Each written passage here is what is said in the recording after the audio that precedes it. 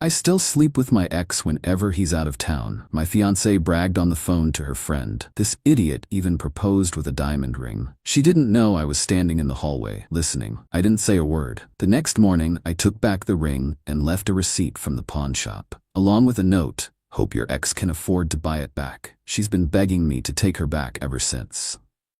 It's been exactly 1 month since my life imploded. 1 month since I discovered that the woman I planned to spend my life with saw me as nothing more than a punchline in conversations with her friends. 1 month since I executed what I thought was justified revenge. Now I'm sitting in a hotel room across the country, drinking bourbon neat, wondering if I went too far. Let me back up. Melissa and I met through mutual friends 3 years ago. Smart, ambitious, drop-dead gorgeous, she was everything I thought I wanted. She works as a prosecutor for the district attorney's office, which is how we met when I testified as an expert witness in a case. We moved in together after a year, and I proposed 6 months ago with a ring that cost me nearly 3 months' salary. 2-carat princess cut diamond, platinum band, custom design. She cried when I got down on one knee, said it was perfect. Said I was perfect. I travel frequently for work. I'm a forensic accountant investigating financial fraud for several major corporations. The money's good, but the schedule is brutal. 3 or 4 days a week on the road, constantly in airports and rental cars. Melissa said she understood, said she was proud of my work ethic. Last month, I was scheduled for a 3-day trip to Seattle. Typical client meetings, nothing unusual. My flight was at 10 a.m., but around 8:30, my client called. Their CFO had a heart attack overnight, meetings postponed until next week. Just like that, my trip was canceled. I texted Melissa from the garage. Trip canceled, coming back upstairs. No response. Not unusual, she was probably in the shower. Our condo has a split-level design. You enter on the lower floor, where the garage access is, then head upstairs to the main living area. As I climbed the stairs with my luggage, I heard Melissa's voice. She was on the phone, laughing about something. Probably telling her friend Susan about the ridiculous proposal story she'd seen on Instagram yesterday. I was about to call out when I heard my name. And Scott has no idea. None. She was speaking loudly, almost shouting to be heard over the bathroom fan. She always took calls on speaker while doing her makeup. I still sleep with my ex whenever he's out of town. This idiot even proposed with a diamond ring. I froze on the stairs, out of her sightline but close enough to hear everything with perfect clarity. "Shut up, you don't," said a female voice I recognized as Susan, her college friend who I'd always felt looked down on me. "I absolutely do," Melissa continued, her voice dripping with smugness. "Devin and I have an arrangement. Scott's gone so often, it's like the perfect setup. I get the stability and the nice gifts. Devin gets the fun without the commitment." "Melissa, you are so bad," Susan squealed, clearly delighted by this revelation. "You have to see this fucking ring, though. Hold on, let me send you a picture." A pause. "See? Can you believe he spent that much on it?" Devin nearly pissed himself laughing when I showed him. My hand gripped the stair railing so hard my knuckles went white. I couldn't breathe, couldn't move.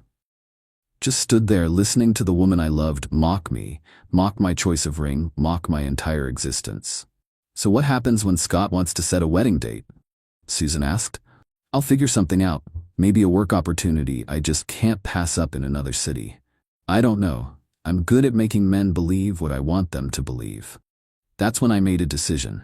I wouldn't yell, wouldn't confront her, wouldn't give her the satisfaction of seeing me hurt. I silently descended the stairs, went back to my car, and drove to a coffee shop. I sat there for about 20 minutes, thinking through my next steps. Then I realized I needed something crucial from the house. The ring. I waited until 9:15 when I knew Melissa would have left for work. I returned to our condo, went straight to her jewelry box where she kept the ring at night, and took it. I also grabbed a few essential items, my passport, birth certificate, and an external hard drive with my financial records. Then I left again, locking the door behind me. First, I called my best friend Marcus, explained everything in a flat, emotionless voice, asked if I could crash at his place for a few days. He agreed immediately. Then I called my bank, checking the status of our accounts. Melissa and I had one joint account for household expenses, but our main finances were separate. I transferred my portion out of the joint account, leaving exactly half of the monthly expenses. No more, no less. I called my landlord next, explained I needed to break my lease due to irreconcilable domestic issues. Since I'd been a model tenant for 2 years, he agreed to a 2-month penalty instead of the full 6 months stipulated in the contract. Then I turned to the ring. Google led me to a pawn shop about 30 minutes away.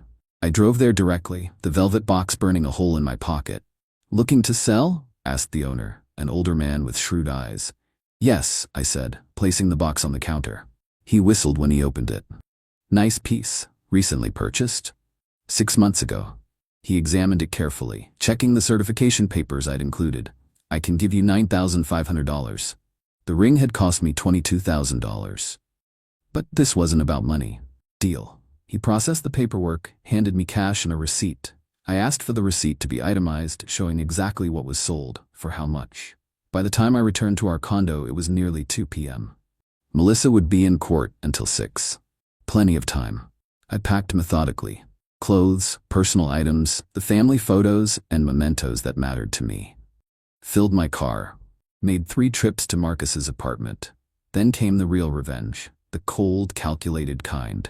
I accessed our shared cloud storage account, where we kept all our important documents and photos. I downloaded everything that was mine, then systematically deleted every photo of us together. Every vacation, every holiday, every casual selfie, gone. I left her solo photos untouched. She could have her history, but our history was erased. Next, I went through our shared calendar, where we'd already blocked out dates for wedding venue visits, caterer tastings, and other planning events. I deleted nothing. Instead, I added detailed, fabricated entries about visiting fertility clinics and adoption agencies, things we'd never discussed, appointments that didn't exist. Let her wonder what else she didn't know about our relationship. In the kitchen, I opened her favorite wine, a $300 bottle of Cabernet she'd been saving for a special occasion. Poured exactly 1 glass. Left it on the counter with her lipstick mark clearly visible on the rim. An impossible detail, since she'd been gone all day. A message that would make her question her own reality. I accessed her work laptop. She'd always left it unlocked at home, trusting me completely. I drafted an email to her entire office, including her boss, with the subject line, "My big news," and wrote a detailed announcement about her supposed pregnancy and immediate plans to leave the DA's office. I didn't send it, just saved it to drafts, where she'd eventually find it and panic about who might have seen it. I took the file she'd been preparing for weeks for a major case, her meticulous notes, carefully organized evidence, and rearranged every single page. Not obviously, just enough to throw off her rhythm, to make her second-guess her preparation when she was under pressure in court. Small things, precise things. Things that would register only to her, with a clarity that screamed, "I know what you did," and I was meticulous in my response. Finally, I took the original velvet ring box, placed the pawn shop receipt inside, along with a handwritten note. "Hope your ex can afford to buy it back." I left it on her pillow where she couldn't miss it. I left my tea on the kitchen counter and walked out. When she got home that evening, she'd find no dramatic scene, no confrontation, just precisely orchestrated evidence that I knew everything, had removed myself from her life, and had done so with surgical precision. I didn't block her number. Wanted her to be able to reach out, to try to explain, to lie some more. I wanted to watch the performance. The first call came at 7:23 p.m. I didn't answer. The text started immediately after. Confusion at first, then panic, then anger. "Where are you? What is this receipt? Is this some kind of joke? Call me back right now? You can't just leave like this without talking to me. Whatever you think you heard, you misunderstood." By midnight, she'd left 17 voicemails and sent 34 texts. I listened to each message, read each text, and responded to none of them. The next day, she showed up at my office. I'd anticipated this, warned security. They escorted her out. She went to Marcus's apartment. He refused to let her in. She called my parents, who, already briefed by me, told her they weren't getting involved. She was persistent, I'll give her that. Sent emails to my work account, messages on every social platform we shared, even had flowers delivered to my office with tear-stained notes. A week passed. I maintained complete silence. Focused on work, on finding a new place to live, on rebuilding. Marcus was supportive, but concerned. Dude, don't you think you should at least hear her out? What if there's some explanation? What explanation could possibly justify what she said? I asked. He shrugged. People say stupid shit sometimes, especially to impress friends. I dismissed his suggestion. The evidence was clear. Her words had been unambiguous. Then everything changed. 10 days after I left, I received an email from Susan, the friend Melissa had been talking to. Subject line, "You need to know the truth." I almost deleted it. Almost. But curiosity won. "Scott, you don't know me well, but I need to tell you something important. What Melissa said on the phone that day wasn't true. She's never slept with Devin since they broke up years ago.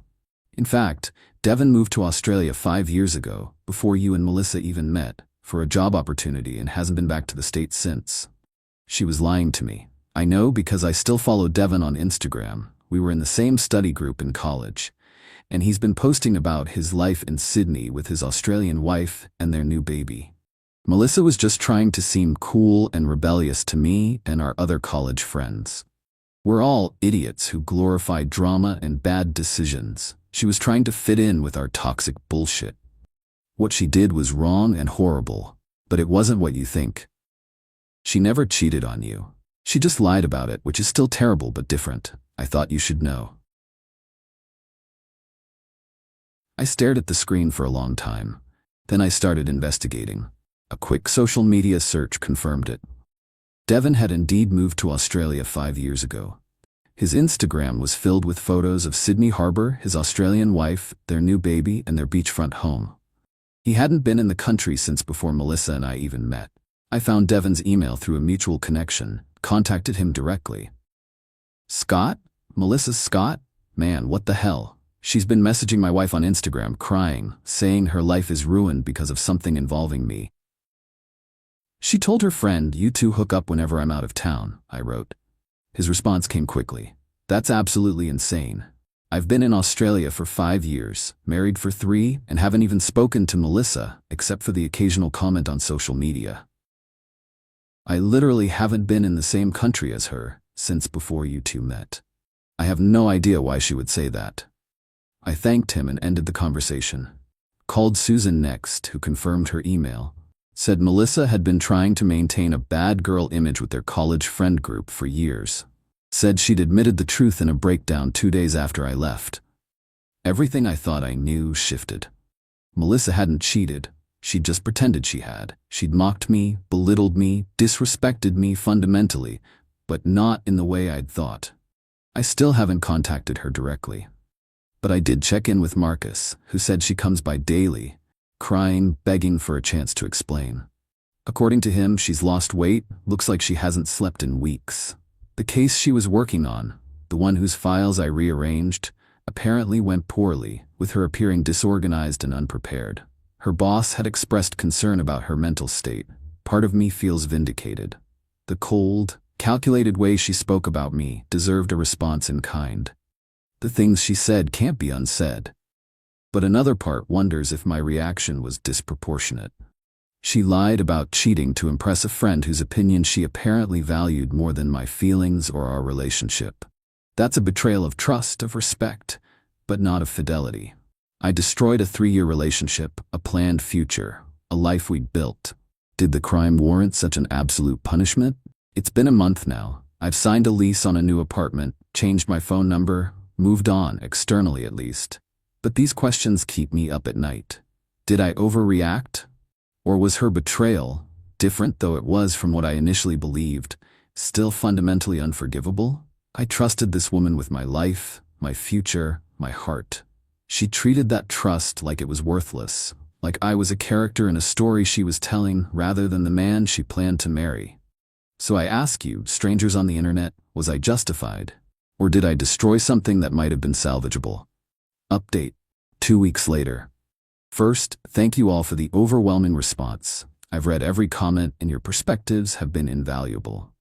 After much reflection, I decided to meet with Melissa in a neutral location, a coffee shop downtown. 3 conditions: public place, limited time, 1 hour, and no expectation of reconciliation.